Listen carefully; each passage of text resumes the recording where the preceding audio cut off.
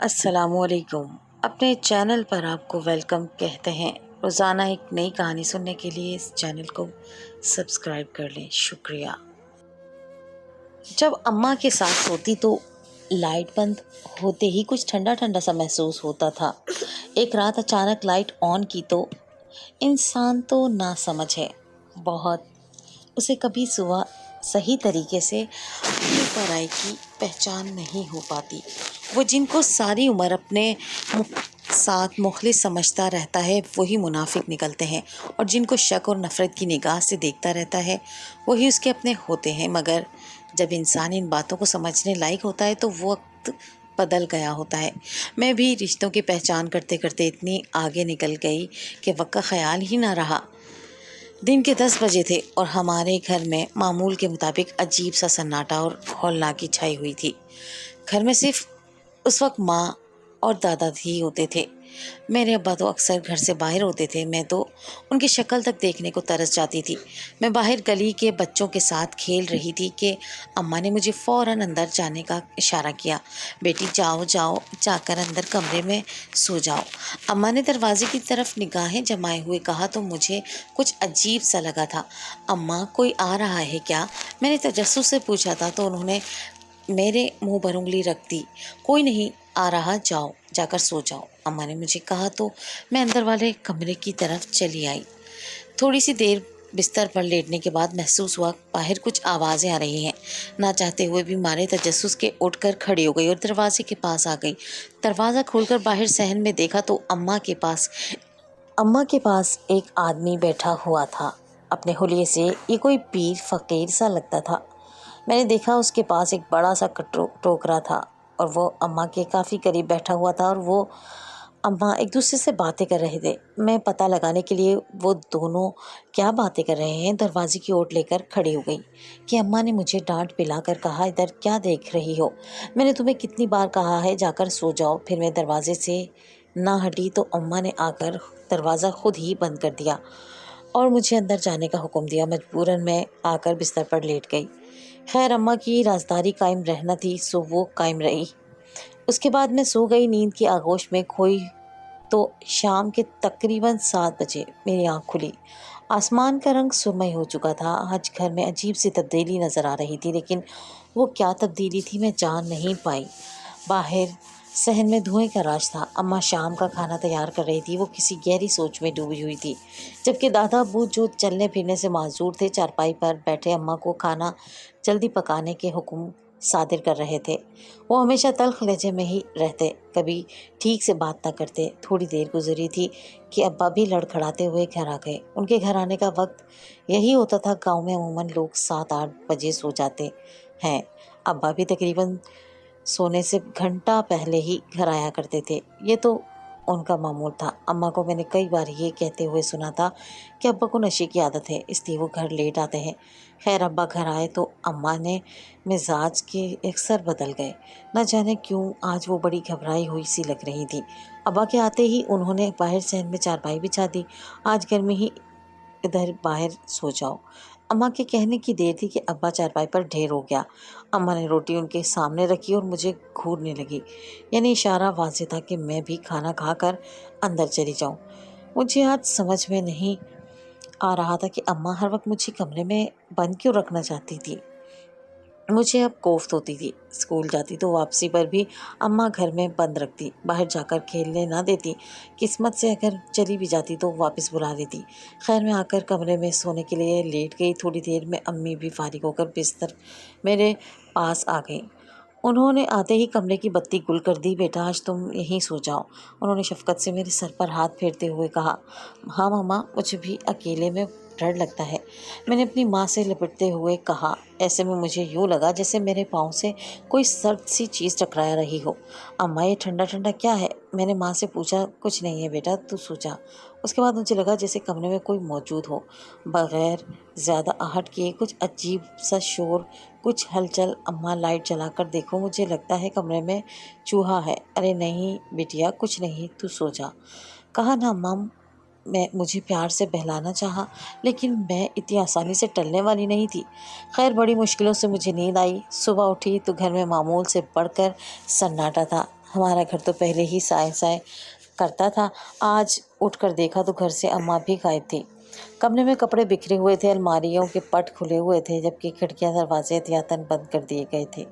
میں نے غور سے دیکھا، کمرے کے فرش پر عجیب طرح کی کالک سی لگی ہوئی تھی، ایسا لگ رہا تھا کوئی کوئلہ بجھاتا گیا ہو۔ باہر صحن کا بھی یہی حال تھا، ہر چیز بکھری ہوئی تھی، گھر کچھ عجیب سا لگ رہا تھا۔ ایک لمحے کو مجھے وحشت ہوئی، دادا جو معذور تھے وہ ہر وقت چارپائی پر ہوتے تھے، آج جا کر دیکھا تو وہ بھی کہیں نظر نہیں آ رہے تھے۔ مجھے سخت حیرت ہوئی، میں اماں کا انتظار کرنے لگی۔ ابا تو صبح ہوتے ہی گھر سے نکل جاتے ہیں۔ ڈر اس بات کا تھا کہ باہر کا دروازہ بھی کھلا ہوا تھا۔ اف خدایا، کوئی جنگلی جانور آ جاتا تو کیا ہوتا؟ میرے دل نے سوچا، جھٹ سے دروازہ بند کر دیا۔ میں اماں کا انتظار کرنے لگی، مجھے سخت بھوک لگی تھی۔ تھوڑی دیر کے بعد اماں گھر میں داخل ہوئی تو وہ بہت خوش لگ رہی تھی، ان کے چہرے سے اطمینان جھلک رہا تھا۔ مجھے دیکھتے ہی کہنے لگی، بیٹی تو تیار ہو جا، آج میں تجھے اچھے کپڑے پہناؤں گی اور تجھے تیری پسند کا کھانا کھلاؤں گی۔ اماں نے کہا تو میں خوش ہو گئی، اور پھر انہوں نے مجھے خود اپنے ہاتھ سے نئے سلے ہوئے کپڑے پہنائے، مجھے میری پسند کا کھانا کھلایا، اور پھر مجھے یوں دیکھنے لگی جیسے آج آخری بار دیکھ رہی ہو۔ وہ بار بار دروازے کی طرف دیکھتی تو مجھے الجھن سی ہوتی، آج اپنا آپ بڑا خالی خالی سا لگ رہا تھا۔ خیر 4-5 گھنٹے بعد ایک اداس شام ہمارے آنگن میں اتر آئی۔ آج اماں کے انداز بدلے ہوئے تھے، وہ اندر باہر اترائی ہوئی پھر رہی تھی۔ ان کا یہ انداز میرے لیے نیا تھا، کیونکہ میں کچھ عرصے سے دیکھ رہی تھی وہ اکثر گمسم اور پریشان سی رہتی تھی۔ میں بھی ان کی خوشی میں خوش تھی، اس لیے چپ ہو رہی تھی۔ تھوڑی دیر کے بعد وہ مجھے کمرے میں لے آئی، کہنے لگی، بیٹی آج میں جیسا کہوں ویسا ہی کرنا، کسی بات پر مجھ سے کوئی سوال مت کرنا، تمہیں جواب بھی نہیں ملے گا۔ اماں نے پہلے ہی تنبیہ کر دی تھی۔ جی اماں، کہیے کیا بات ہے؟ میں نے دونوں ہاتھوں کا پیالہ بنا کر اپنی تھوڑی کے نیچے رکھتے ہوئے کہا۔ میں دلچسپی سے اماں کو دیکھ رہی تھی، جو آج بڑی خوبصورت لگ رہی تھی۔ ان کے چہرے سے ان کا بناؤ سنگار واضح ہو رہا تھا، مگر آنکھوں میں عجیب سی نمی تھی۔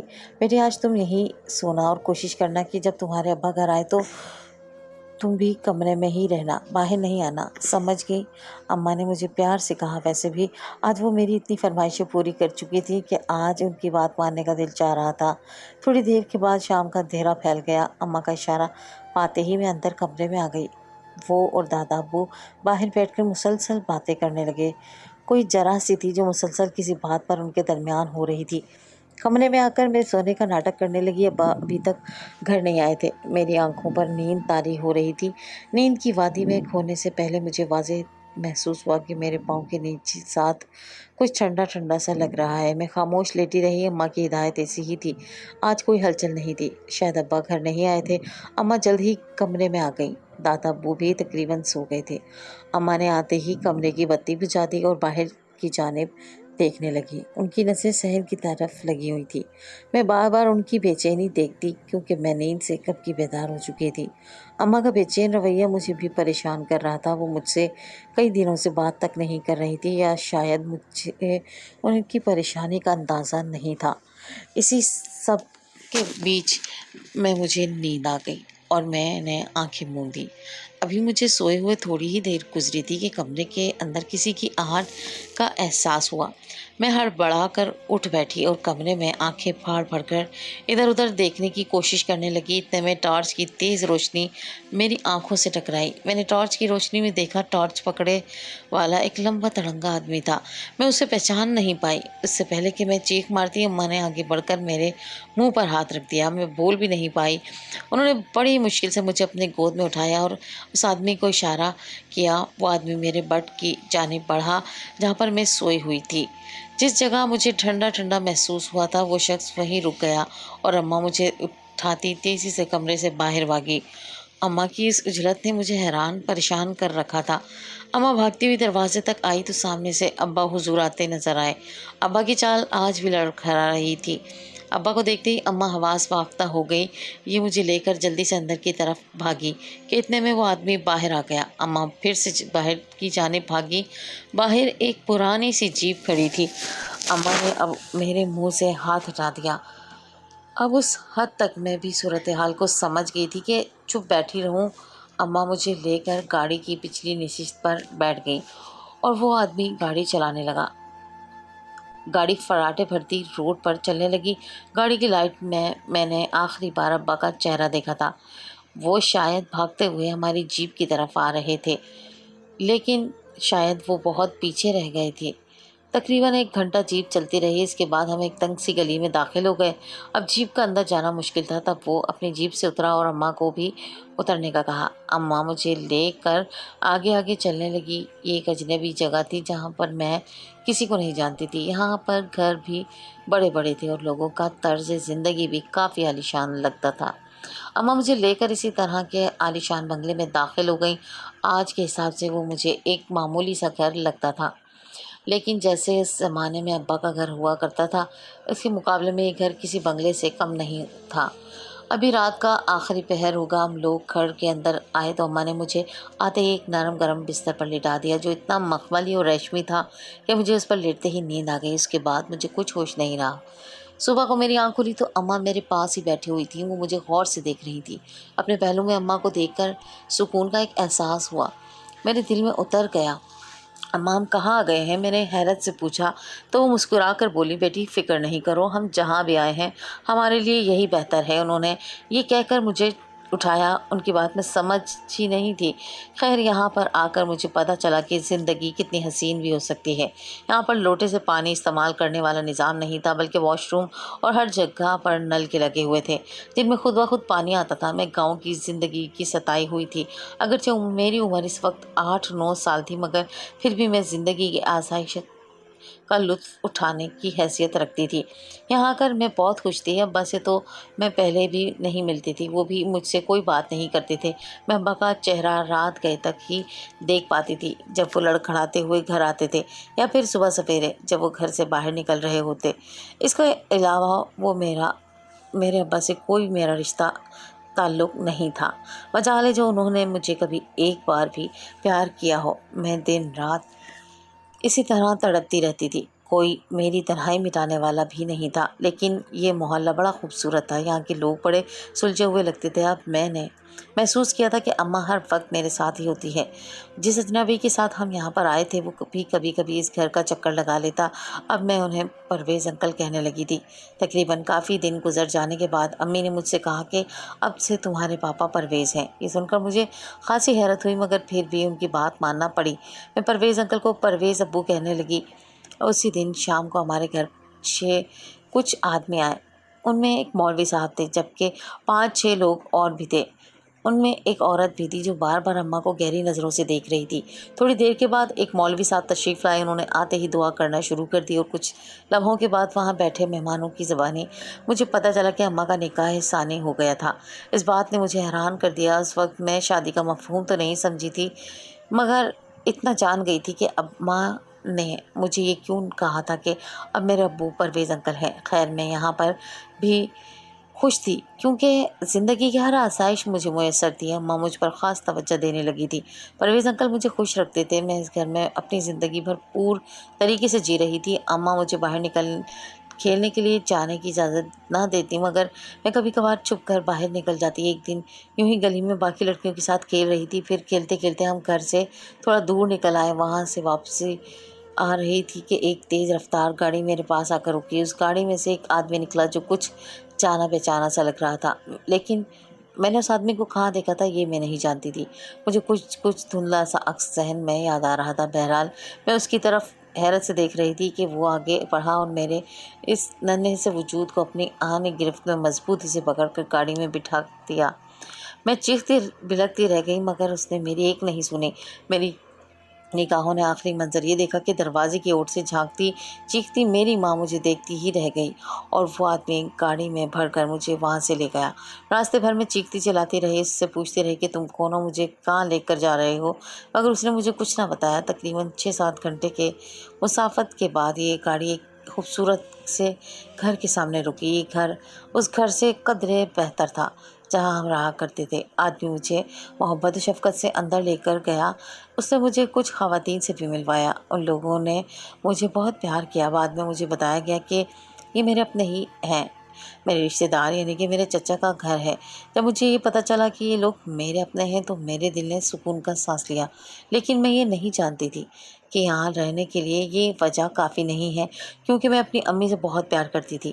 میں یہاں آ کر بہت پریشان تھی، بار بار اپنے چچا سے کہتی کہ مجھے امی کے پاس واپس چھوڑ آئیں، مگر وہ جانے کا نام نہیں لیتے تھے۔ کہتے تھے تو ہمارا خون اور ہم تمہیں اس عورت کے ساتھ نہیں رہنے دیں گی جو تمہیں غیر مرد کے پاس رکھے۔ کل کو تم بڑی ہوگی، سو معاملات ہوں گے، تب تمہیں سمجھ میں آئے گی کہ سوتیلا باپ کیا ہوتا ہے۔ چچا کی باتیں سن کر میں خاموش ہو جاتی۔ ویسے بھی یہ گھر لڑکیوں سے بھرا ہوا تھا، میں یہاں آ کر اتنی پریشان نہیں تھی۔ رفتہ رفتہ میرا دل لگ گیا۔ میں نے امی کے پاس جانے کی ضد چھوڑ دی، لیکن ان سالوں میں ضد ہی نہیں چھوڑی۔ شاید امی بھی میرے دل و دماغ اور ذہن سے اتر گئی تھی۔ مجھے اماں کے بارے میں بتایا گیا کہ وہ ایک اچھی عورت نہیں تھی۔ انہوں نے گھر سے بھاگ کر اپنے شوہر سے بے وفائی کی اور کسی اور کے ساتھ بیاہ رچا لیا۔ ہونا تو یہ چاہیے تھا کہ وہ اپنی معذور سسر اور آوارہ شوہر کو خدمت سے ٹھیک کرتی، ان کا دل موہ لیتی، لیکن انہوں نے تو اپنی الگ ہی مسجد بنا لی۔ ددیال والوں کو یہ باتیں سن کر میرے دل میں امی کے خلاف نفرت بڑھ جاتی۔ اب تو میں ان کا نام بھی لینا گوارا نہیں کرتی تھی، ان کے پاس جا کر رہنا تو دور کی بات تھی۔ خیر یوں ہی دن گزرتے گئے۔ میں 18 کے سن میں داخل ہوئی تو چچا نے میرے رشتے کی فکر پالی۔ حیرت کی بات یہ تھی کہ سب عرصے سے میرا باپ ایک بار پھر مجھ سے ملنے نہیں آیا تھا۔ یہ بات اگرچہ اذیت ناک بھی تھی، مگر اس سے زیادہ مشکل تھی کہ اگر میرا خاندان اتنا ہی اچھا ہے تو میرا باپ مجھ سے ملنے کیوں نہیں آتا۔ یہ بات کئی بار چچا سے پوچھی، انہوں نے کوئی جواب نہیں دیا۔ خیر میری شادی ہو گئی اور میں لاہور آ گئی۔ میرا آنا جانا اکثر ہی گھر لگا رہتا تھا، کیونکہ میرے شوہر جانتے تھے کہ مجھے اپنے گھر والوں سے کافی جذباتی وابستگی ہے۔ وہ مجھے اکثر ٹرین پر چھوڑنے آ جاتے تھے تاکہ میں آرام سے میکے میں کچھ دن گزار سکوں۔ رفتہ رفتہ میرا دل بھی لگ جائے گا۔ پھر ایک دن یوں ہوا کہ ٹرین کی سیٹ پر بیٹھے بیٹھے مجھے کالی چادر میں لپٹی ایک عورت نظر آئی۔ عورت کا چہرہ کھلا کھلا سا تھا۔ خد و خال اتنے نہیں بدلے تھے جتنا کہ بڑھاپا انسان کو بدل دیتا ہے۔ میں نے دیکھا وہ عورت مجھے غور سے دیکھ رہی تھی۔ میں نے بھی اسے پہچان گئی تھی۔ ماں کے چہرے کو بھلا کون بھول سکتا ہے۔ میں ان کو دیکھ ناگواری سے منہ پھیر چکی تھی۔ شاید اب بھی ان کے کتنے عرصے بعد سامنے آنے کے باوجود بھی میرے دل میں ان کے لیے کوئی جگہ نہیں تھی۔ عورت کی بے وفائی مرد کو ہی نہیں بلکہ عورت کی اولاد کو بھی ہمیشہ ہمیشہ کے لیے اسے بدگمان کر دیتی ہے۔ میں نے باہر کی طرف دیکھنا شروع کیا، لیکن ان کی نظریں میرے چہرے پر جمی ہوئی تھی۔ وہ میرے سامنے آ کر بیٹھ گئیں۔ غالباً وہ مجھے پہچاننے کی کوشش کر رہی تھی۔ میں نے انہیں کہہ دیا کہ میں آپ کو کوئی دلچسپی نہیں رکھتی۔ آپ نے جو ابو کے ساتھ کیا وہ میں کبھی نہیں بھولوں گی، نہ آپ کو معاف کروں گی۔ میری بات سن کر امی نے مجھ سے التجا کی، کہنے لگی تم ایک بار میری بات سنو، اس کے بعد تمہارا جو بھی فیصلہ ہوگا وہ مجھے قبول ہوگا۔ اتنے عرصے بعد مجھے اپنی حقیقی ماں ٹرین میں ملی۔ اماں کے ساتھ گزرے وہ لمحے یاد آ گئے تو میں نے بھی ان کی بات سننے کی حامی بھر لی۔ تب انہوں نے مجھے بتایا کہ امی کی منگنی بچپن میں پرویز احمد نامی شخص سے ہو چکی تھی۔ پرویز احمد ابو کے قریبی رشتہ داروں میں سے تھے۔ یہ لوگ بھی کافی امیر و کبیر تھے، لیکن پھر نہ جانے کیا ہوا کہ ابا نے خاندانی دشمنی کی آڑ میں اکثر معمولی سی باتوں پر رشتہ توڑ دیا۔ حالانکہ اس بات پر رشتہ توڑنا بنتا نہیں تھا۔ اس بات سے پرویز احمد اور میری امی بہت دل برداشتہ ہوئے۔ بچپن کی منگنی تھی، اپنا نام ایک دوسرے کے ساتھ جڑے ہمیشہ دیکھا تھا۔ اب اچانک یہ فیصلہ بدلنا کسی بھی طور پر کوئی منصفانہ بات نہیں تھی۔ بالآخر پرویز احمد کی غیر موجودگی میں اماں کی شادی ایک لالچی خاندان میں ہو گئی تھی۔ اماں کے سسرال والے بالکل اچھے نہ تھے، ہمیشہ پیسوں کی ڈیمانڈ کرتے رہتے۔ اماں کے پہلے شوہر بہت اچھے تھے، ان کے ساتھ بہت اچھا سلوک کرتے تھے، دولت کی کمی نہ تھی۔ اماں کے سسرال والوں کو بس حریص طبیعت کے تھے۔ باپ نے مرتے وقت اپنی جائیداد اپنی اکلوتی بیٹی یعنی میرے نام کر دی، لیکن شرط رکھی کہ بلوغت تک میں دولت نہ کسی کو سونپ سکتی، نہ اس کے بارے میں فیصلہ کر سکتی، اور نہ ہی کوئی دوسرا اس کو استعمال کر سکتا۔ اماں کے سسرال والوں نے بہت کوشش کی کہ جائیداد ان کے نام لگ جائے، لیکن اماں نے ایسا نہ ہونے دیا تو ایک دن اماں پر بدکاری کا الزام لگا کر گھر کے نوکر کے بیٹے کے ساتھ دوسری شادی کر دی۔ یوں اماں کی شادی نشئی لڑکے سے کر دی گئی، اور سسر بھی انہی نشے آدی کا پکا تھا۔ سسر معذور تھا اور وہ خود شرابی تھا۔ ایسا صرف اس لیے کیا یہ سب کچھ اماں کے دیوروں کی ملی بھگت تھی۔ امی کو جان کر ایسے گھر میں بیاہ دیا گیا جہاں سے وہ اپنی جائیداد کا حق کبھی نہ مانگ سکیں، اور مجھے اپنے قبضے میں رکھ کر جائیداد اپنے نام کروا لی جائے۔ مجھے اماں کے ساتھ نہ جانے دیا تو اماں زبردستی ایک دن مجھے وہاں سے لے آئیں۔ ان کا شوہر اس قدر کمزور اور مریل تھا کہ اس کے ساتھ زندگی گزارنا ایک اذیت ناک تھی۔ امی کے بقول ان کے شوہر نے ہمیشہ کبھی خوش نہیں رکھا۔ وہ ہمیشہ نشہ کر کے گھر آتے تھے اور انہیں مار پیٹ بھی کرتے تھے۔ امی نے مشکل سے گزارا کیا تھا۔ پھر ایک دن انہیں پرویز مل گیا۔ پرویز پھیری والے کے روپ میں ان کے گھر تک آ گیا تھا۔ پرویز احمد نے امی کو بتایا کہ وہ آج بھی ان سے اتنی ہی محبت کرتا ہے جتنی کہ شادی سے پہلے کرتا تھا۔ امی نے فیصلہ کرنے میں دیر اس لیے نہ لگائی کیونکہ ان کی ازدواجی زندگی پہلے سے ہی بہت متاثر تھی۔ تب بھی امی نے اپنے پرانے منگیتر کی پیشکش پر غور کیا اور پھر ابا کا گھر چھوڑنے کی ٹھان لی، اور ان کے گھر کا سارا نظام ویسے بھی اماں ہی دیکھتی تھی۔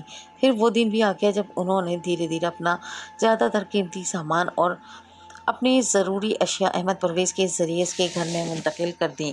اماں کے پاس آخری اثاثہ ان کے زیورات والا صندوقچہ تھا، جو انہوں نے سوچا کہ اگر وقت ملا تو یہ بھی لے بھاگوں گی، نہیں تو یہیں چھوڑ جاؤں گی۔ آخر یہ اماں کا حق تھا۔ تبھی اماں ابا کی نظروں سے بچنے کے لیے مجھے اپنے کمرے میں سلا لیتی اور ان کے اس ڈبے تک کوئی رسائی نہ کر سکے اسے بیڈ کے نیچے چھپا دیتی تھی، تاکہ اگر ابا پوچھیں بھی تو وہ میرے سر ڈال دیں کہ منی نے اٹھایا تھا۔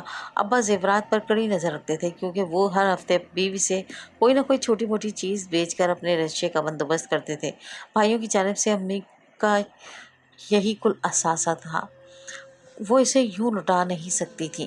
امی کے بات کرنے پر مجھے وہ واقعہ ہو بہو یاد آ گیا، میرے پاؤں میں اس ٹھنڈی چیز پر لگنا، پھر امی کا جاتے وقت احمد فراز کو چیخ کر وہ ڈبہ اٹھانے کا کہنا، ہم لوگوں کا جیپ میں بیٹھنا، وہ سارا منظر، ابا کا لیٹ گھر آنا اور پھر چچا کی لالچی طبیعت، سب کچھ میرے ذہن میں چلنے لگا۔ پرویز احمد نے مجھے بھی قبول کر لیا تھا اپنی بیٹی کے طور پر۔ یہ سب انہوں نے امی کی محبت میں کیا۔ اس کے بعد امی اور پرویز احمد اپنی زندگی نئی شروع کر چکے ہیں۔ تب میرے چچاؤں میں سے ایک نے مجھے دیکھا تو مجھے اٹھا کر لے گئے۔ اس بات کا دکھ مجھے بہت رہے گا کہ میں نے اپنی زندگی کے تقریباً 8-9 سال ایک ایسے گھر میں گزارے جو میری ماں کے خلاف تھا، ایک ایسا گھر جہاں میری ماں کو کبھی خوشیاں نہیں ملی، ایسے لوگ جنہوں نے میری ماں کے ساتھ ہمیشہ ظلم کیا۔ لیکن کیا کروں، اب تو میں اپنے ہی گھر کی ہوں۔ اپنی ماں کی کہانی سن کر انہیں دل سے معاف کر چکی ہوں، مگر پھر بھی میرا دل آج بھی مجھے ملامت کرتا ہے کہ میں اتنا عرصہ انہیں کیوں قصوروار سمجھتی رہی۔